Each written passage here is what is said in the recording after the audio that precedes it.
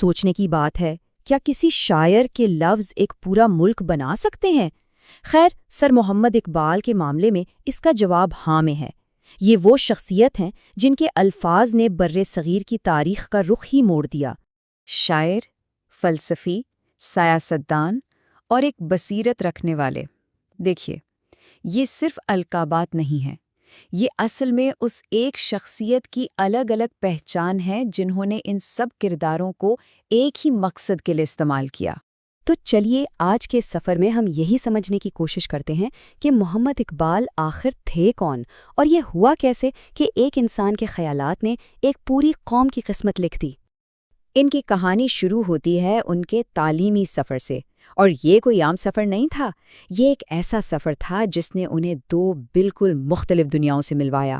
ایک طرف تھا اس وقت کا برطانوی ہندوستان، اور دوسری طرف تھا نئے خیالات کا مرکز یورپ۔ ذرا سوچئے اس بارے میں، صرف 11 سال کے عرصے میں لاہور کے گورنمنٹ کالج سے سیدھا کیمبرج اور پھر میونخ کی یونیورسٹیوں تک کا سفر۔ یہ صرف ڈگریاں حاصل کرنا نہیں تھا، نہیں، یہ اصل میں مشرق اور مغرب کے بہترین خیالات کو اپنے اندر سمونے کا ایک تیز رفتار دور تھا۔ یہ جو دو تصویریں ہیں نا، یہ اپنے اندر ایک پوری کہانی سمیٹے ہوئے ہیں۔ ایک طرف دیکھیے 1899 کا ایک نوجوان طالب علم، اور دوسری طرف یورپ سے تعلیم مکمل کرنے کے بعد ایک پراعتماد بیرسٹر۔ تو یہ صرف کپڑوں کا فرق نہیں تھا، اصل تبدیلی ذہن کی تھی، اور یہی وہ ذہنی تبدیلی تھی جس نے آگے جا کر تاریخ بدلنی تھی۔ تو اس سب کا نتیجہ کیا نکلا؟ اس سے ایک ایسا منفرد فکری امتزاج سامنے آیا جو شاید پہلے کبھی نہیں دیکھا گیا تھا۔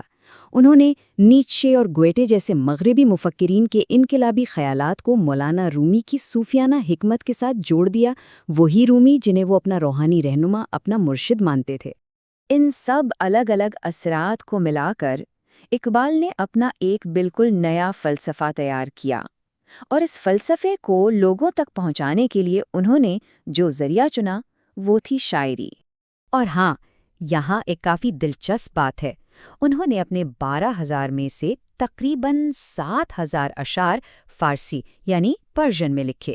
یہ کوئی اتفاق نہیں تھا، بلکہ ان کا یہ ماننا تھا کہ ان کے گہرے فلسفیانہ خیالات کے اظہار کے لیے فارسی زبان کی وسعت اور گہرائی زیادہ موزوں ہے۔ ان کے پورے فلسفے کا جو مرکز ہے نا، وہ ایک لفظ ہے خودی۔ خودی اصل میں وہی روح ہے جس کا ذکر قرآن میں ملتا ہے، ایک ایسی خدائی چنگاری جو ہر انسان کے اندر موجود ہے۔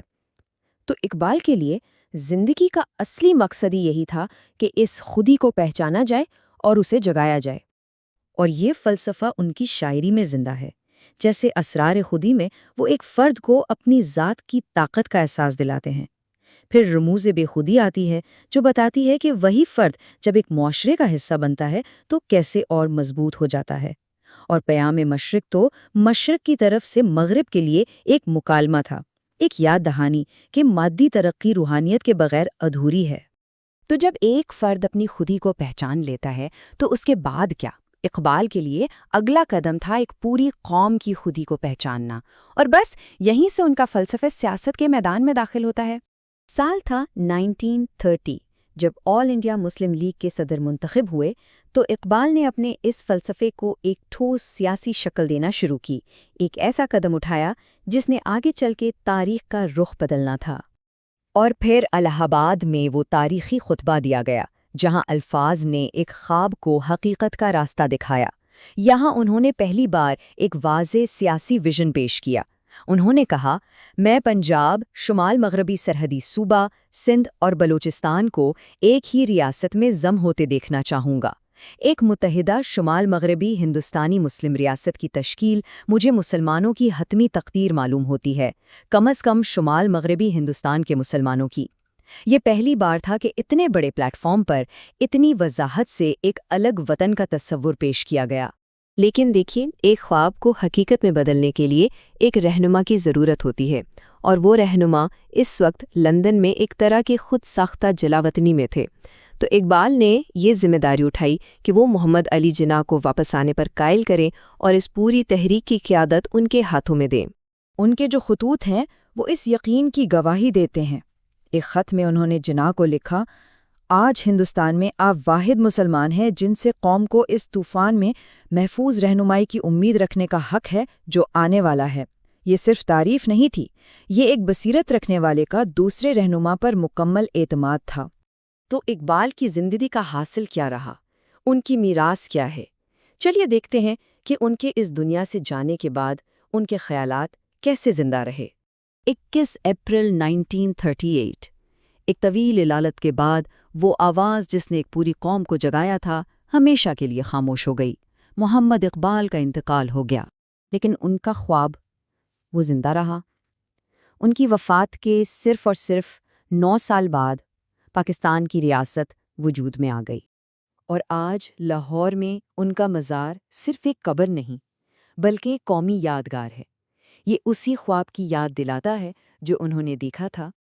آج پاکستان انہیں کئی ناموں سے یاد کرتا ہے۔ انہیں قومی شاعر کا اعزاز حاصل ہے، انہیں مفکر پاکستان یعنی دی تھنکر آف پاکستان کہا جاتا ہے، اور ان کا یوم پیدائش 9 نومبر پاکستان میں ایک قومی تعطیل کے طور پر منایا جاتا ہے۔